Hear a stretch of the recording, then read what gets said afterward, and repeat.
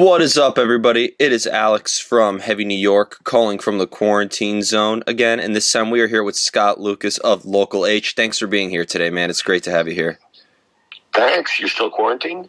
More or less. It feels like I'm calling from the quarantine zone again. That's what I just call. I always plug every venue that I'm interviewing a band in person at, but if I'm not at a venue, I just call it the quarantine zone now. It sounds cool. Yeah. It sounds cool, but you're still giving people that sense of locking down, which for a band that's going on tour is scary. Yeah, fair enough. I got to think of a better tagline. I appreciate it. Just get out. Come into the light. Definitely. You got vaxxed, right? Yep, double and previously infected. Good. Man, come out to the light. Come on. Don't be afraid. Absolutely. But it's so awesome to have you here because, I mean, it was very admirable to see how Local H was keeping very busy through the midst of all this madness from, putting out Lifers last year. I know you embraced the drive-through concert experience, and now we have a Local H's awesome Mixtape Volume 3 coming out. I mean, first of all, with the Mixtape number 3, was that just like you just came up with that idea while you weren't able to tour, or was that something you've always wanted to do, being that you've had two previous ones? Kind of. There was always the idea that there'd be a third one, right? That it's a series. But when we started doing those quarantine live streams and stuff, the idea was like, let's make the next one be all about that. So the criteria was it had to be a song that was performed during one of those live streams. Mm-hmm. So this one, like usually it's just like whatever we want to cover, but this one, there was a concept to it, and we just kind of had to do something. Yeah, right? We had to do something, and we've been trying to do this tour for the record for over a year, and we just thought it'd be nice to put something out as well, something new out. Yeah, and we've never done a tour where a record's been out for over a year, and we're going out. So yeah, it's strange. Yeah, definitely. I don't consider this to be a regular covers album because I think there's such like a charm to it. I think it's representative. I feel like you make a record, you made this covers mixtape that like has like, everything we know and love. There's a modern flair to it. It's Local H that we all know and love, but you have songs that make us think back of like good days from different decades, from Prince to the Kinks to Blondie to, Robert Plant. Right.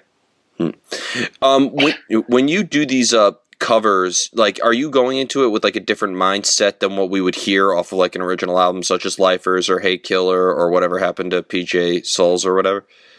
A little bit. I mean, there's definitely a sense of sort of getting back to your roots, to why you even play music in the first place. I think we were doing. I forget who we were recording. Maybe it was when we were recording the Robert Plant song, and we were just trying shit and just throwing shit against the wall. And it was like, at one point I just exclaimed. I just shouted out. I was like, "Wow, this is fun! This is what we're supposed to be doing. This is supposed to be a good time."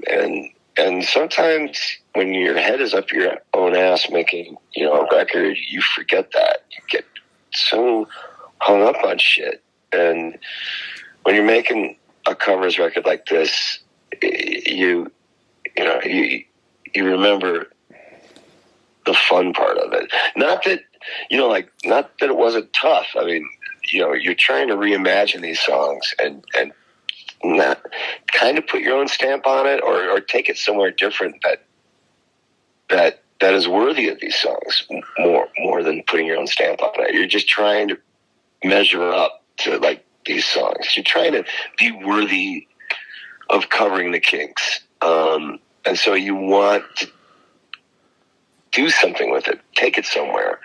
And, like that cover of the Kinks song was a fucking bitch, and like we worked on that for a long time and trying to do something different with it, take it somewhere.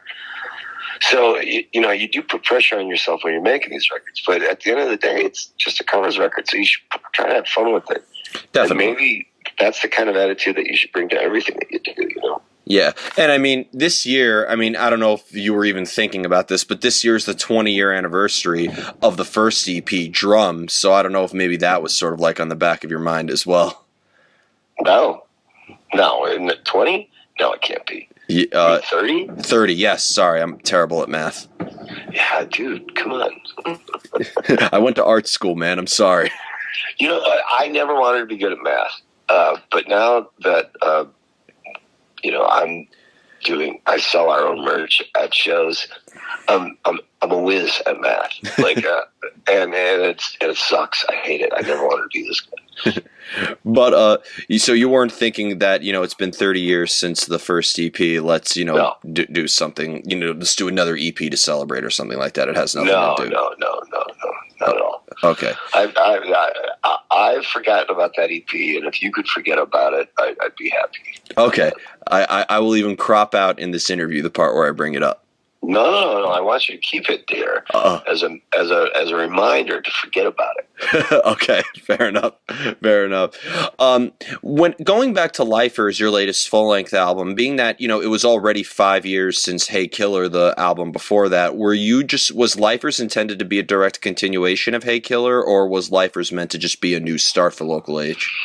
Kind of. I mean, the thing with Hey Killer was, we can look at it as our third debut album since it was Ryan's first record. So there was this idea of putting your best foot forward. Like, whereas a record like Howley Ba Bum, it's like, all right, we made a few records with Brian. Let's get weird and let's get fucked up, But with Hey Killer, it's like, all right, here's the new guy. Here's Ryan. Let's show you what he can do, and let's make a record that's like, I don't know, consistent is the word, but where we're bringing our A game. And so with Lifers, it's like, well, let's do that again.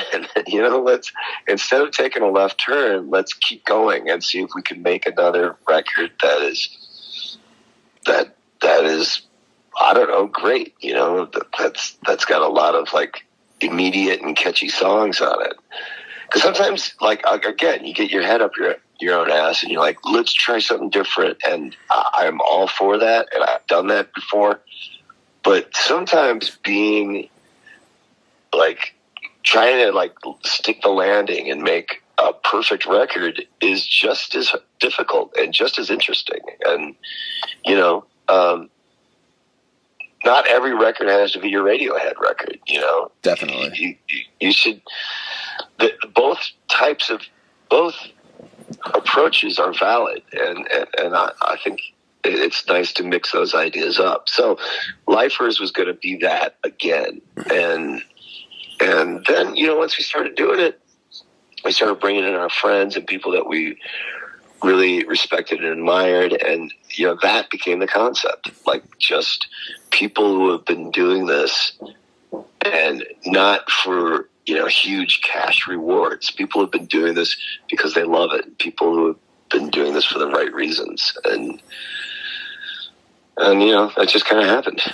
And I've always thought that like every album sort of played by its own rules and kind of represented it. You mentioned like, Hey Killer was sort of like the debut to have Ryan in the band, and that's cool that you sort of like let the other members sort of shine through and bring in their own elements. Because when I think it's fair to say anybody who's a fan of you would be able to tell what's off of Ham-Fisted, what's off of As Good as Dead, what's off of, Pack Up the Cats, etc. So it's fair to say you've always taken a new approach to everything, right? Yeah. Yes. And that's the idea. Like, every record almost has its own concept. Like, the concept for each record comes first, and I get the idea where it's like, all right, this record's going to be this, and this record's going to be that, and then you try to work, and that's the germ of the idea is what makes everything kind of happen. That's when you get excited about it, and then you make everything sort of follow that plan, And sometimes it doesn't work out. Sometimes it turns into something else, and that's cool too. But it's just that idea that motivates you and becomes the concept for the record. Yeah. And I don't know if everybody works that way, but that's just the way I work. Has there ever been a time where maybe like a lyrical concept could influence the sound of a song or even the album? Like, do you sometimes think of a lyrical idea that could dictate the direction of the sound, or have you always needed music before any sort of lyrics come into play? Well, sometimes, a lyrical idea is the idea. Trying to think of what would be a good example. I don't know, I think lyrics are just as important as anything. Like, with Pack Up the Cats, the whole idea was cats, right? So it was this kind of thing where, like, I just kept seeing stuff about cats everywhere. I'd go to see this movie, and it was Gummo, and it was about killing cats. And I'd go to like a bar, or I'd see an ad, and it would have a cat in the ad. All this stuff started happening, and I'd be like, okay, let's focus the next record around cats. I don't know how I'm going to do it, but let's let that be sort of this connective tissue. And so I started writing songs that had cats in them. And there was no real reason. It just happened. I mean, I think that's a very enviable trait to have, that you could take inspiration from a subject matter that's like so simple that many people, I live in New York City, where there's a cat in every convenience store that we go into. Yeah. So like, I don't think of the deep meaning behind something I see every day. The fact that you're able to take something like a cat and really create an album that's so thought provoking, so much fun to listen to, and, has a lot of great memories, I think is a incredible talent. You didn't have to read like a long novel and understand the deep meaning behind this and make a concept album that follows a narrative. You're just able to see something and write a whole record based off of that. I have a lot of respect for that. I was just following the signs of the universe, and I didn't even like cats. I liked them fine now, but at the time I was kind of afraid of cats, so I didn't give two fucks about cats. But the universe was definitely telling me something, and I was like, I'm going to go with this, and I don't even know why I'm going with this. And the record's not even really about cats. Mm-hmm. It's just a thing that's in there, it's just a ruse, actually, to make you think you're listening to a concept record. Yeah, I honestly think it's a commentary on concept albums, like. Yeah, how's that? Yeah, I think it's just, it almost kind of like is like, this album is about this. Think hard about it and overthink it. It's about cats. Keep thinking, keep thinking, keep thinking. I think it just has that. There's so many people I know who bend over backwards to find the deep meaning behind every single eighth note in a song. And I think that what you're telling me, that just almost kind of mocks that sort of behavior. No, yeah, exactly. Yeah. I kind of wanted to ask a little fan question, because before we started rolling, I discovered Local H during the time when you put out to Whatever Happened to PJ Souls, and just Everyone Alive, which is on my favorite video, one of my favorite games that I discovered a lot of my favorite bands on. That's really actually how I got into music, was that game. Do you just have any memory of being featured on Burnout 3 Takedown? Turn the clock back to 2004 when I was 10. No. I've never been a gamer. I think the only thing I can play is Galaga. I'm really good at Galaga, though. Yeah. I'm fucking great at Galaga. Challenge accepted. I don't play video games. I've never been good at them. I've never owned a video game console or anything like that. I don't know. It just kind of happened, I've never actually even... do they play the whole song? Yep. I don't even know how it works. They play the whole song. You're racing, running cars off the road, and you just hear that drum introduction before kicking into Everyone Alive, and the first line is, how was your day? And it just kicks right into it. And well, that sounds like a fun game. I like racing games. Those are cool. Yeah. I should probably play it sometime. Yeah. But, your song is only on it. Yeah. Yeah. But I haven't. Yeah. But I like that record. I'm a big fan of that record. So, it was a glorious time. And it led me perfectly into the next question, because with that album in particular, not to single this one out, because I think all albums have done this, but like you open up with Where Are They Now? That's a minute and a half long, but then you have a track like Buffalo Trace that's 10.5 minutes long, and like everything in the middle. Like, at what point, how do you know when to like lay things down and sort of like just say that the song is finished? I mean, sometimes you want to let a song breathe, and at that point, I was really into that. Like, even the songs that sort of breathe on the first and second records, like, you know, the longest song on the first record is like 6 minutes. So I was always kind of into long songs, and even As Good as Dead ends with a couple of longer songs. There's a 6-minute song, and then there's sort of like a long instrumental. It's not really that long. It's 4.5 minutes. But I grew up on Pink Floyd, and so I like long songs. And at that point, you know, we'd already done Here Comes the Zoo. So I was kind of like letting people know, hey guys, this is what it's going to be like forever. You know, there's going to be long songs on this shit, and if you don't like it, take a hike. Yeah. But I like short songs too. I like really, really short songs. So yeah, well, I've always said that, and I don't know how artists necessarily feel about this term. Some people embrace it, some people don't. But I've always said that Local H's music is relatively like experimental in a way, because I feel like a bit of a punk rock vibe behind you guys. I feel a little bit of maybe a little bit of hardcore, some alternative rock, some sort of post whatever the fuck genre it is. So like trying new things and experimenting with sound and structure has just always been part of the Local H songwriting process, right? I think so, and I think on PJ Souls that record was definitely, you know, our first real left turn record, where you know what we were talking about earlier about not making a record that's all about being immediate and accessible, and that record was coming at a time when, you know, the idea of me even trying to make a commercial record was ridiculous. You know, I mean, we weren't going to get on the radio. It was over for that, you know. And it was either, you know, mook rock like Limp Bizkit, and then on the other side of stuff that was actually good and was happening was, you know, garage rock and bands like The Strokes, you know. So like I was kind of like, wow, we don't fit in either side.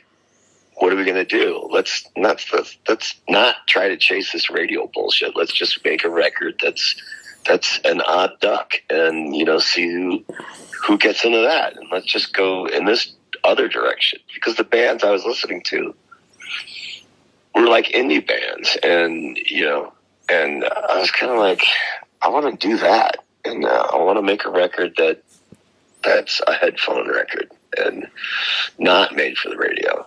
And so that was the beginning of just, you know, saying goodbye to all that bullshit. That, you know, it was a game that I couldn't play anyway, and I was like, fuck it, I'll play it. I mean, not to blow smoke by any means, but like that one song that I mentioned from you, I mean, that was one of the first songs as a child that sort of sparked my inner rebel. In a way that, you know, because I was listening to a lot of modern day punk rock back then. What you know, and I put punk rock in big bold fucking quotes, so the purists don't, you know, slaughter me. But like, you know, as a child, I was like into, you know, Blink-182 and My Chemical Romance and Linkin Park and Sum 41, and then I hear Everyone Alive, which was a lot more raw and had a lot more edge to it, not as polished, and like that really spun like an inner rebel inside of me in a way. And I think like that's really what Local H has always been about. It's always been like doing something, making a sound that comes strictly from you, and I could tell that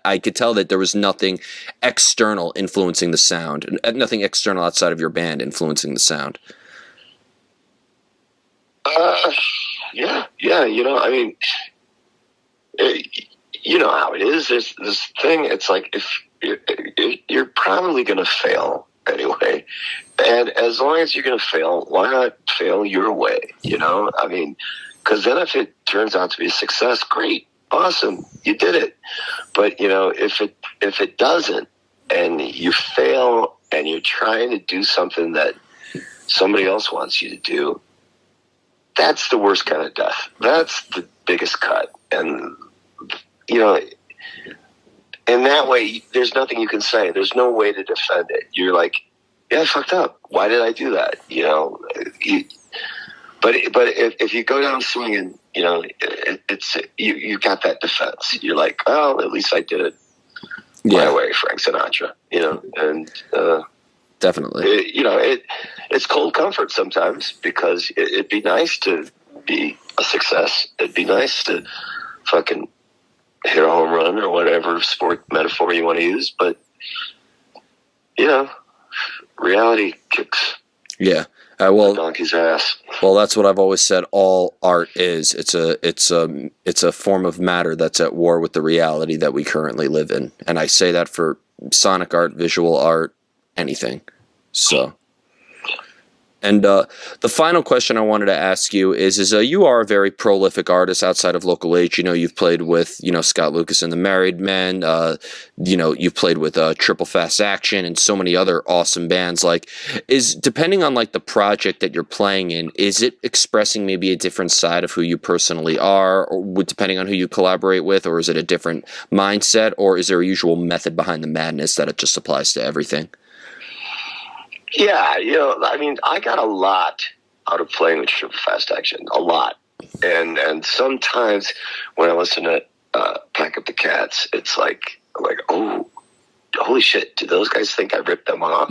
You know, I mean, it's like that was, playing with those guys was a way of sort of, you know, cleaning out the pipes and just resetting myself and you know, finding what I loved about music after just going through the grind of a year and a half of that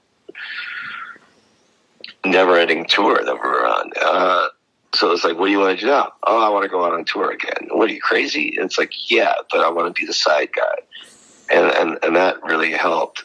And, you know, with the Married Men, I had this group of songs. It could have very well have been a Local H record. It would have been a Local H record that nobody would have liked. But it was this kind of thing. It's like, I've got this group of like 7 or 8 songs, and they're all just here. And it all just happened within a week. What do I do with this? Do I start working on a Local H record, or do I do something different? And that was the idea. It's like, just do something different. So those are just 2 situations that presented themselves. There was not a whole lot of thought that went into it. Okay. And once it happened, it was like, yeah, let's go for it. It's you know, it's like the Married Men was like a concept record, but it was, you know, put together a different band for this concept record. Fair enough. Yeah. Definitely. So before we go, I want to thank you so much for your time today. Great to learn about history for you guys and everything else. Is there just anything else that you would like to promote for the release of the Local H's Awesome Quarantine Mixtape number 3? Or I know you're currently on tour. Is there just anything else you would like to plug? No, we'll just be on tour. We'll be in your town soon, and I don't know, just good talk, man. No problem. Yeah, thank you so much, everybody. Scott Lucas of Local H. This is Alex from Heavy New York, and we will see you next time.